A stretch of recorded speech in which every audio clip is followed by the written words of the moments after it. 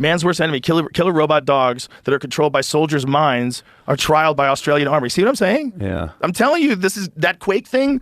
We're not far away from that. Yeah, it's all. Oh, look at that thing. But if you can make millions of dollars playing Quake, why wouldn't you just play Quake? Exactly. It's like we think of it's bad because it used to be bad. We got to get over that idea. Same goes for OnlyFans. It's your fucking body, right? Yeah, I mean, well, listen, I'm a fan of people doing whatever the fuck they want, and I think there's a lot of pressure from people shaming people and people getting upset at other people's choices. Like, worry about yourself. You'd be way better off if you worry about yourself. You know. A lot of times it is your own issues with that, right? Like for me, like I don't think everyone should go to therapy, but I think some people could benefit from talking out loud and looking at themselves. You know.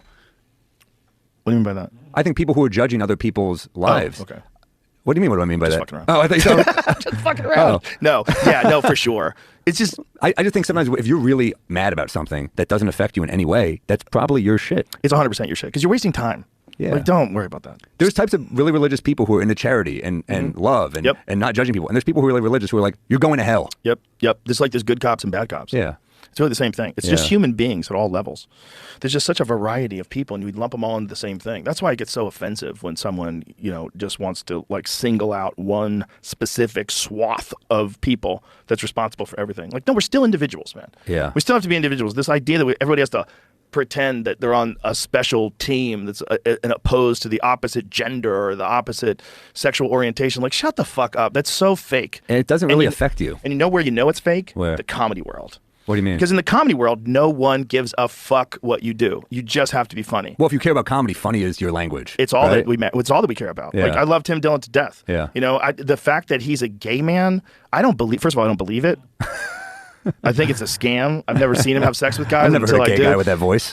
He's one of the funniest human beings that's ever lived. That's what's important. No one gives a shit if he's gay. Like, no one gives a fuck. No one gives a fuck if you're trans, if you're funny. No one gives a fuck if you're Asian, if you're Bobby Lee. No one cares. Yeah. All they care is, are you cool to be around? Are you funny? First two I was cool with. Asian is a bridge too far, I think. But, no, I'm with you. Like, we don't care. Comedy is a weirdly accepting place. That's why it's funny that we get considered like, they're like, this is a dude's club. Like, no, we want to be around funny if you care about comedy. It's just harder for women. Women of the road. That's why it's harder for women. The road's dangerous. The road is dangerous. It's creepy. I mean, especially when you're starting out and you have to stay in like a comedy condo and shit. 100%. Yeah. That is where women really have it harder, I think. So, well, that's one aspect of it, but also even just the act of stand-up. Like, when you're going on stage and you're a woman and you're starting to talk about politics, you're going to get a certain percentage of the guys in the audience like, that guy that was doing this with you, he was doing that because of a woman, right? Do you know how bad it would be if an actual woman was on stage and she's saying, and the girl wants to be there? Like, come on, she's really funny. Let's go see her. You'll laugh at a woman. Women are capable of being funny, Greg. And then Greg gets a little drunk. He's like, boo. Now you're intimidated. Instead of boo, they're yelling, show your tits. What if this guy's going to punch it's me? Worse. It could be show your tits. It's worse. It could be a lot worse. And it's like, so there's a certain amount of men that are going to be prejudiced about what you talk about. Like, you're not allowed to talk about politics. Don't fucking tell me who the fucking real president is. They'll do that with any comic. But I think with women, they get unfairly condemned for like sex jokes. Sex jokes. Well, I'm like, you're a slut. Oh, look at her. She's a slut. No, a lot of jokes are about sex. Sex is the way they use violence in a movie because it's extreme. We use sex as a punchline sometimes. Also, when a woman tells a joke about sex, if a guy in the audience is like, yeah, he got horny from the joke. Yeah, no, you're right. Right, that's creepy. That's possible. If a man is on stage and he tells a sex joke and a woman goes, yeah, you're like, look at this crazy bitch. I love it. Immediately you got to diffuse it. It's not a threat. Exactly. So it's a completely different dynamic. So that part is more dangerous. It's more dangerous to be sexual. It's more dangerous to be vulnerable. Late nights walking home in a random city. Yep. I mean, I was attacked on the road once. I can't think like, How'd you get attacked? I was at a bar right after the gig in Vermont and some guy walked up to me and he goes, University of Vermont? And I was like, no. And he goes, master's degree? And I said, you're getting colder. And he just looked at me and he goes, I'm going to beat the shit out of all of you, to me and like 3 people I was with. And I just kind of like shrugged it off. He's drunk. I'm ignoring him. So I turned around. He takes a pint glass and smashes it over my head. Oh, Jesus Christ. Yeah. And he ends up running out. They called the cops on him. I was all right. Honestly, this sounds ridiculous, but I had a Jufro at the time, and it did provide some support for my head. It really did help.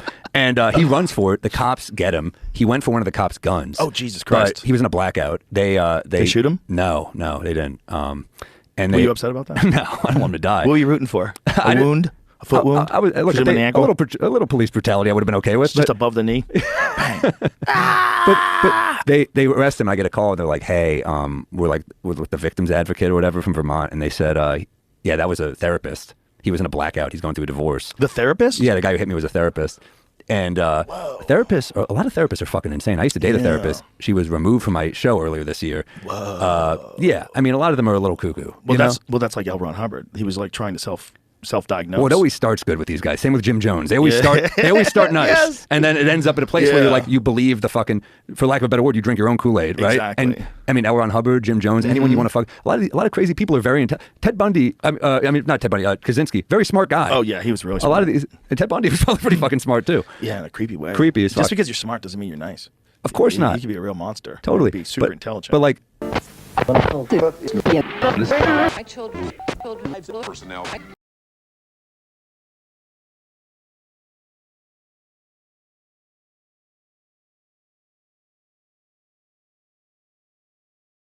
These